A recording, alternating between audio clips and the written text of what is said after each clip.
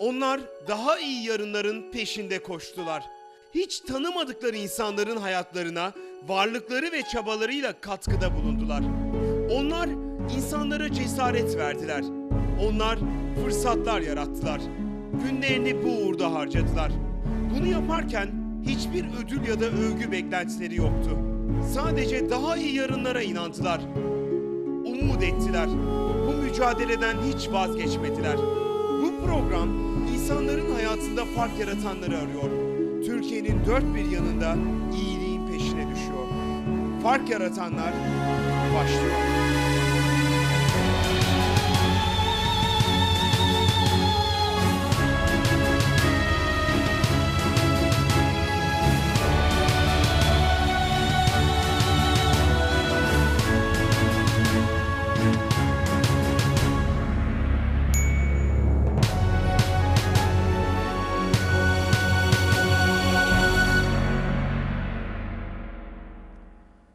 Yeni bir Fark Yaratanlar programına hoş geldiniz. Bugün karşınıza İstanbul'dan bir hikaye ile geleceğiz. İstanbul'dan bir eğitimcinin, sıradan bir öğretmenin nasıl bir kahramana dönüştüğünün hikayesini anlatacağız sizlere. Sevgili seyirciler, biliyorsunuz okul hayatı bizim için çoğu zaman ezber demekti. Demekti diyorum çünkü artık her şey gibi okul da değişti, öğretmenler de değişti, hatta öğrenciler de değişti. Bugün size sıradan bir öğretmenin ezber ya da kitapların dışına çıkan, hayatın içine giren mücadelesini anlatmak istiyoruz. Yalnızca öğrencileriyle de değil, yaptığı çalışmalarla veli, öğrenci ve öğretmen üçgenini kuran bir öğretmen bu. Erhan Ağababa'nın hikayesi gerçekten etkileyici. Çünkü o bizim sıradan eğitim sistemimizi bir adım daha öteye taşıyor. Üstelik de hiç kimse bunu kendisinden talep etmese de. Gerçek bir fark yaratan öyküsü. İşte Erhan Ağababa'nın hikayesi.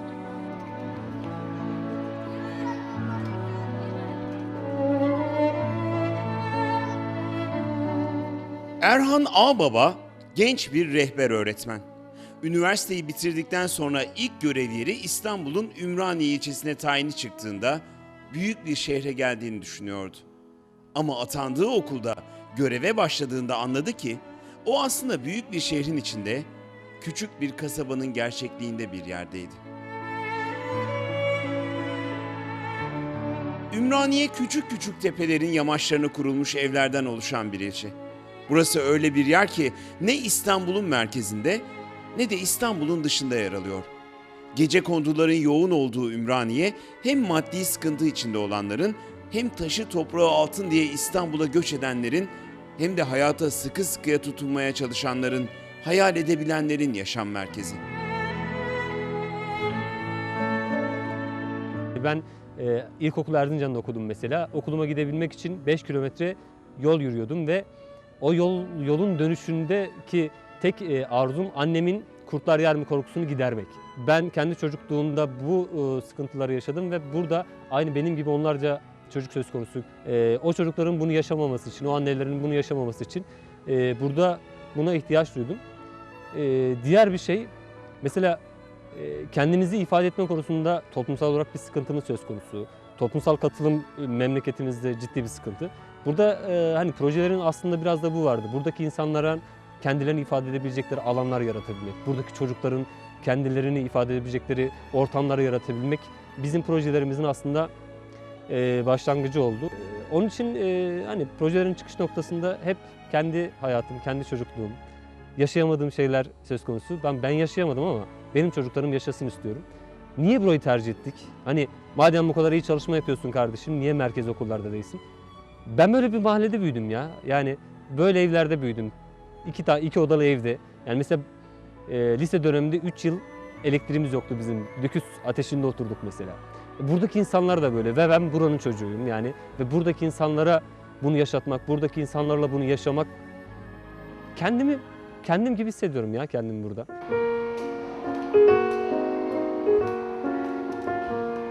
Erhan Ağababa 7 yıl önce rehber öğretmen olarak göreve başladığında çocukların hayatlarına nasıl katkıda bulunabileceğini düşünüyordu.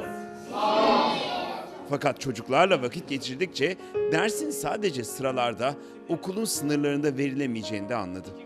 Hayata dezavantajlı başlayan, birçok fırsattan yoksun kalan öğrencilerde özgüven eksikliğini görünce onları takdir ederek değiştirebileceğine karar verdi.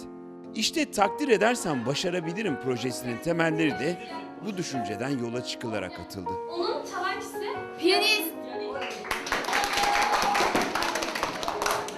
Burada harika bir ekibimiz var. Öncelikle öğretmen ekibi, veli ekibi, işte okul idaremiz çok ilgili bu konuda.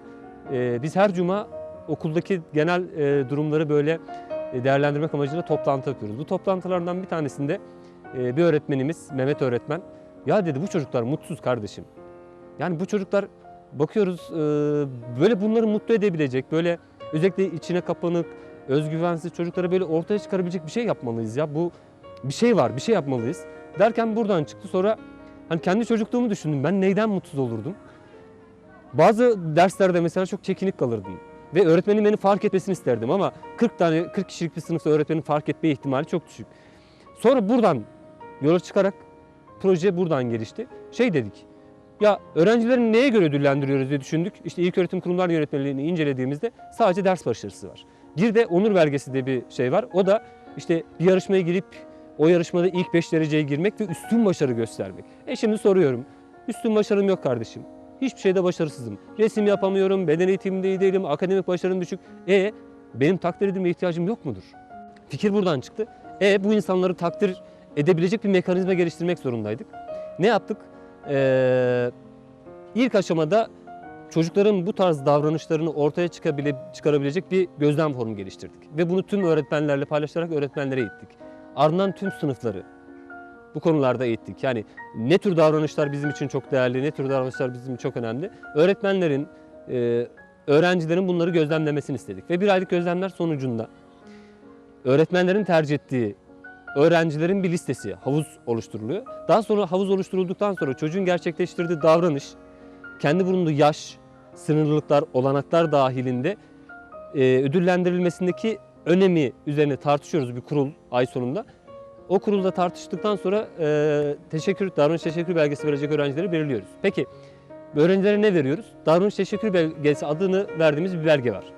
Bu belgede okuldaki 32 öğretmen, 3 idareci dahil olmak üzere okul aile birliği başkanı, okul meclis öğrenci meclis başkanı olmak üzere bunların tamamının imzasının bulunduğu, öğrenciyi sadece o davranışından dolayı takdir eden, teşekkür eden bir belge hazırladık.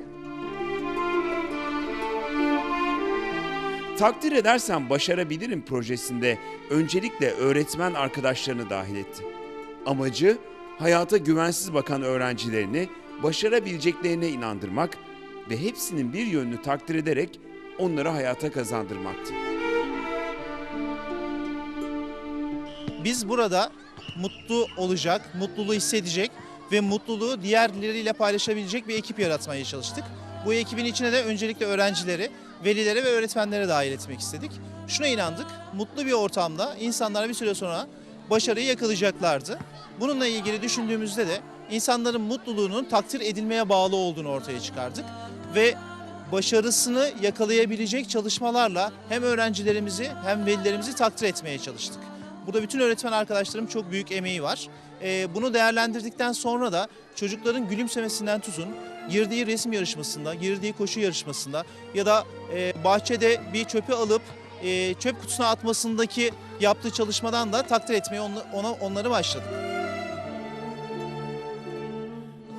Ödül ilk aldığımda duygulandım. Böyle ondan sonra anneme verdiler o teşekkür belgesinden. O zaman çok sevindim, bağırasım geldi. Ağlayacaktım sevincimden. Önceden biraz daha o davranış teşekkür belgesini alınca daha böyle gururlu, daha iyi olduğumu anladım. Yine böyle o teşekkür belgesini almak istiyorum.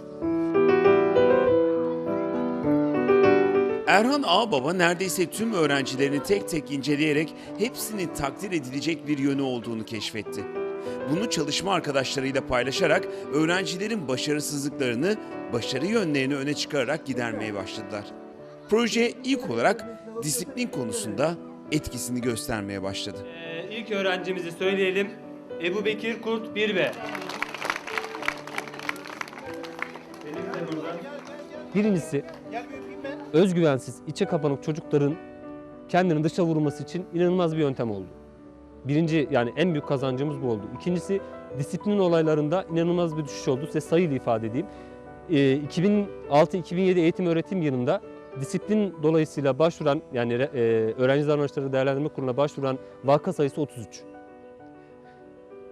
Ciddi anlamda ama bu küçük çaplı şiddet olayları değil. Peki biz bu projeyi uygulamaya başladıktan sonra özellikle 2007, 2008 ve 2008-2009'da bu sayı 3'e indi. Peki bu yıl kaç tane var diye sorarsanız bakın 6 ay geçmek üzere şu an hiçbir disiplin olayı yaşamıyoruz. Çünkü çocukların kendilerini ifade edebilecekleri alanlar yarattık ve çocuklar orada kendilerini ifade ettikten sonra bizim onları takdir edeceğimizi biliyorlar. Çünkü bize güveniyorlar ve artık biliyorlar ki benim rehber öğretmenim, benim sınıf öğretmenim, benim okul yardımcı hizmetlim. Bakın hizmetliler de bu projenin içerisinde. Benim iyi davranışımı görüyor kardeşim. Gördükten sonra da beni herkesin önünde ödüllendiriyor. Ya düşünün ki yaşınız 7, 850 öğrenci, 400 tane velinin önüne çıkıyorsunuz ve çıktıktan sonra diyorlar ki oradan bir mikrofondan bir ses diyor ki atıyorum Erhan Ağababa bu ay şu davranışlarından dolayı davranış teşekkürü belgesi almaya hak kazandı. 850 kişi alkışlıyor. O alkış o çocuğun kulağında inanılmaz bir şey uyandırıyor. Birçok çocuk şeyden sonra garip bir okula bağlılık oldu. Melike Mercan 2A. Evet, alkışlı uyanıyorum. Denizli burada mı? Gel bakalım Melike'ciğim. Şöyle devam ediyoruz. Erhan Ağbaba öğrencileri değiştirmek için sadece öğretmenlerin katkısının yetmeyeceğini düşününce anne babaları da hadi veliler okula dedi. Okula çağırdıkları tüm velilere çocuklarının yeni yaklaşım şekillerini anlatınca anne babaların da nasıl değiştiklerini zamanla gözlemlemeye başladılar. Bu yıl okulda 4. senemiz bizim. Şimdiye kadar bu 4 yıl boyunca Erhan Bey'in yaptığı bütün seminerlere katıldım. Hepsinde faydasını gördüm. Daha önceki düşüncelerim çok değişti. Yani çocuklara karşı yapmam gerekenler, eve gittiğimde eşime de anlatıyorum. Eşim de faydalanıyor bu seminerlerin çoğundan. Bu Erhan Bey'in dağıttığı teşekkür belgelerinden özellikle çocuklarım çok etkilendi. Eve getirdiklerinde de ben çok etkilendim. Hatta geçen sene kızım getirdiğinde o teşekkür belgesindeki cümleler o kadar yani hoşuma gitti ki benim ağlamama sebep oldu. Hatta kızım anne hani ağlanacak bir şey değil, çok güzel bir şey dedi ama kızım dedim yani gurur duydum, yani göğsüm kabardı. Hatta onun odasının duvarına bile astık. Çocukların bile bu eğitimde bu teşekkür belgelerinin çok büyük faydasını gördüm. Yani sanki çocuğum daha bir şevkle daha çok hani okula gelmeye başladı. Daha önce ben çok daha bir tutucu, ne bileyim daha böyle çocuğunu sıkan bir anneydim. Bu eğitim seminerlerden sonra bakış tarzım da değişti. Sürekli baskı altında, bir erkek egemenliğinden korkan bir yapıda da yetiştirmeyin. Çocuğunuza eğer elinizde 5 yaşındaki çocuk söz konusu... Biz veli toplantısı konusunda sıkıntılar yaşıyorduk. Nasıl sıkıntılar yaşıyorduk? Veli toplantısına velilerimizi davet ediyorduk. Potansiyel velilerimizin sadece %30 okula geliyordu. Onlar da genellikle ders başarısı yüksek olan çocukların velileri ya da maddi düzeyi yüksek olan çocukların velileri. Diğer veliler gelmiyordu. Önce bir alan araştırması yaptık. Bu veliler okula niye gelmiyor? Hani baktığımızda birçok veliden gelen şey şu. Hocam geliyorsunuz, bizi bir sınıfa topluyorsunuz, ardından başlıyorsunuz anlatmaya. İşte senin çocuğunun ders başarısı şu, gelişebilmesi için şu olmalı. Ya hocam benim çocuğum başarısız diyor. Oraya geldiğinde rencide oluyorum. İkinci toplantıya niye geleyim ki? Geliyoruz, sadece bizim çocuğumuzun durumu hakkında bilgi veriyorsunuz. Tamam. Ondan sonrası bana hiçbir öneride ya da çözüm yolunda bulunmuyorsunuz ki. Aslında bu bizim çıkış noktamız oldu. Ne yaptık? Toplam eğitim öğretim yılında bizim aktif olarak okulda bulunduğumuz 10 ay var. 10 aydan 8 ayına veli toplantısı koyduk. Ama bu veli toplantıları bildiğimiz veli toplantıları gibi değil. Veli toplantılarında ilk aşamada ben her sınıf düzeyine uygun olarak çeşitli konularda PowerPoint sunumlar hazırladım.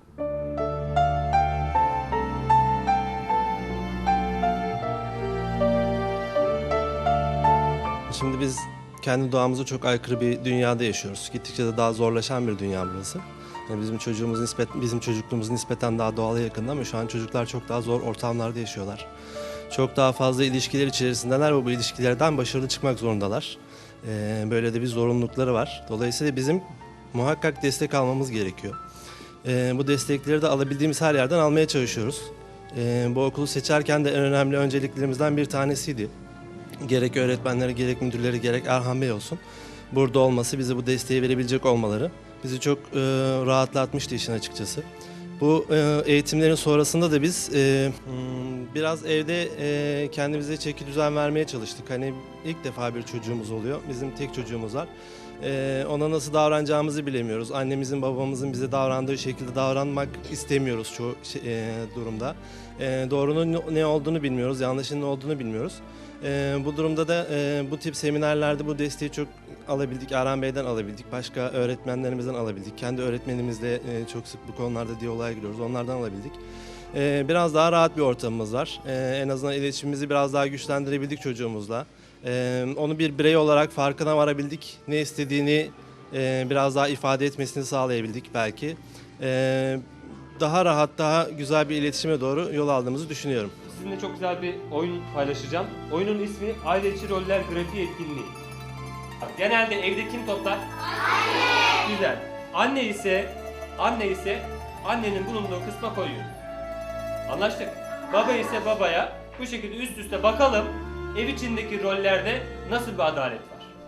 Takdir edersen başarabilirim ve Haydi Veliler Okula projesi en çok anne babası ayrılmış ve umutları parçalanmış çocukların üzerinde etkili oldu.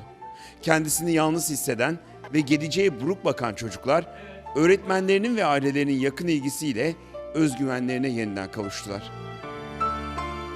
Benim çocuğum parçalanmış bir ailenin çocuğu. Ben boşandıktan sonra buraya geldim. Ciddi anlamda ilk senelerde sıkıntılar yaşadık biz. Seminerlerde genellikle bizim destek aldığımız ve daha çok bize yardımcı olan bu konularda çok büyük destek aldık Erhan Hoca'da. Bir sene boyunca zaten ilk geldiğimiz dönemlerde bize bu konularda ciddi destek verdi. Sonra bunun yanı sıra seminerinle beraber takdir edersem başarırım projesiyle beraber çocuğum belgeler aldı. Bununla ilgili kendisini daha iyi, daha olumlu, çevresine karşı, derslerine karşı ciddi anlamda iyi hissetmeye başladı.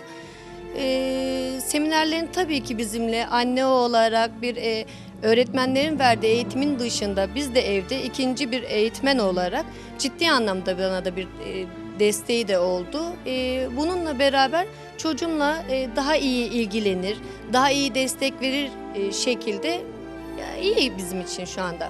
Ziraat mühendisliğinde bitki, tarla, çiftçi, hayvancılık ve seracılığı kullanmadan anlatıyorsunuz. Ama öte yandan Bizim bir grupta danışmamız vardı. Bir grupta danışmada oyunlar oynuyorduk. Gerçekten çok eğlenceli bir oyunlardı. Yani mesela bir sandalye vardı. O sandalyede hayal kurabiliyorduk. Gerçekten çok eğlenceliydi ve bize güvenimizi arttırdı. Arkadaşlarımızla ilgili yine sırlarımızı paylaşıyorduk ve bu oyunlar bize bir özgüven sağlıyordu. Yani bizim de bir şeyler yapabileceğimizi gösteriyordu ve biz oyunlar oynuyorduk ve bu oyunlarda birbirimize sır vermeyi, sırrımızı saklamayı öğreniyorduk. Yardımlaşmayı öğreniyorduk ve Erhan Hoca sayesinde de birçok şeyi biz bir oyun oynayarak yani şey yaptık, nasıl desem, uyguladık ve hayatımıza geçirmeye başladık.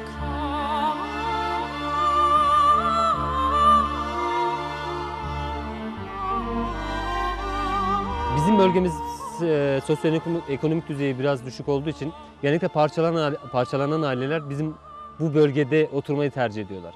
Hani maddi kira konusunda daha az sıkıntı yaşamak için. Doğal olarak da bizim okulumuzda parçalanmış aile sayısı %15. Yani tüm mevcudumuzun %15'i kadarı parçalanmış aile çocuğu. Tek ebeveynli.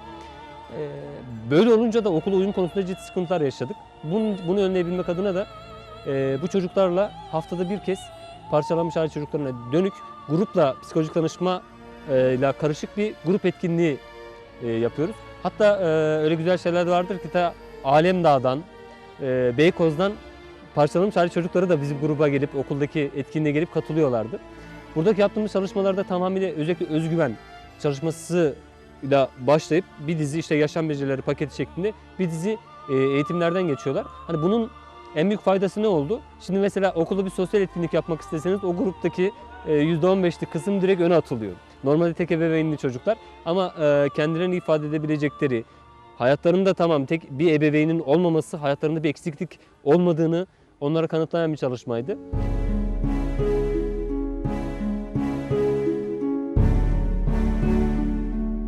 Erhan Ağbaba o bildiğimiz deniz yıldızı hikayesine yürekten inanan insanlardan. Bir çocuk değişir, Türkiye değişir diyenlerden. İşe okulundaki öğrencilerden başlayanlardan. O eğitim sisteminin içinde ben ne yapabilirim ki, elimden ne gelir ki diye düşünmedi. Hem velileri hem de çalışma arkadaşlarını harekete geçirdi.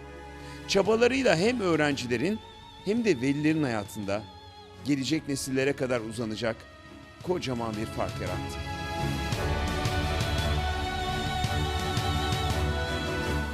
Sevgili seyirciler, Erhan Ağbaba'nın hikayesinden çıkartacak çok ders var. Bir insanın, sıradan bir öğretmenin bambaşka insanların hayatında nasıl fark yaratabildiğini, gücünü görüyorsunuz aslında. Gördüğünüz gibi artık çağımız büyük kahramanlar çağı değil, sıradan insanların kahraman olduğu bir çağ. Siz de eğer böyle insanları tanıyorsanız ve önermek istiyorsanız kısa bir aradan sonra fark yaratanlara nasıl dahil olabileceğinizi ya da tanıdıklarınızın nasıl bu programda yer alacağını anlatacağım. Kısa bir aradan sonra beraber olacağız.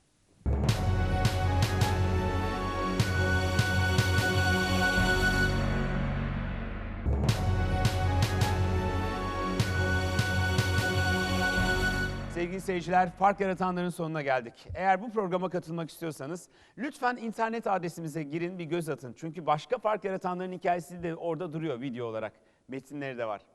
www.farkyaratanlar.org adresine giriyorsunuz. Bizim bir formumuz var, onu dolduruyorsunuz. Ya da 0212 alan kodundan 249 23 14 nolu telefonu arıyorsunuz. Arkadaşlarımız ne yapmanız gerektiğini sizlere tek tek anlatıyorlar. Sabancı Vakfı ile hazırladığımız programı Sabancı Müzesi'nden The Seed Salonu'ndan sunuyorum sizlere. Yeni bir programda buluşuncaya kadar hepinize iyi günler diliyorum. Onlar daha iyi yarınların peşinde koştular. Hiç tanımadıkları insanların hayatlarına varlıkları ve çabalarıyla katkıda bulundular. Onlar insanlara cesaret verdiler. Onlar fırsatlar yarattılar. Günlerini bu uğurda harcadılar. Bunu yaparken hiçbir ödül ya da övgü beklentileri yoktu. Sadece daha iyi yarınlara inandılar. Umut ettiler. Bu mücadeleden hiç vazgeçmediler. Bu program insanların hayatında fark yaratanları arıyor. Türkiye'nin dört bir yanında iyi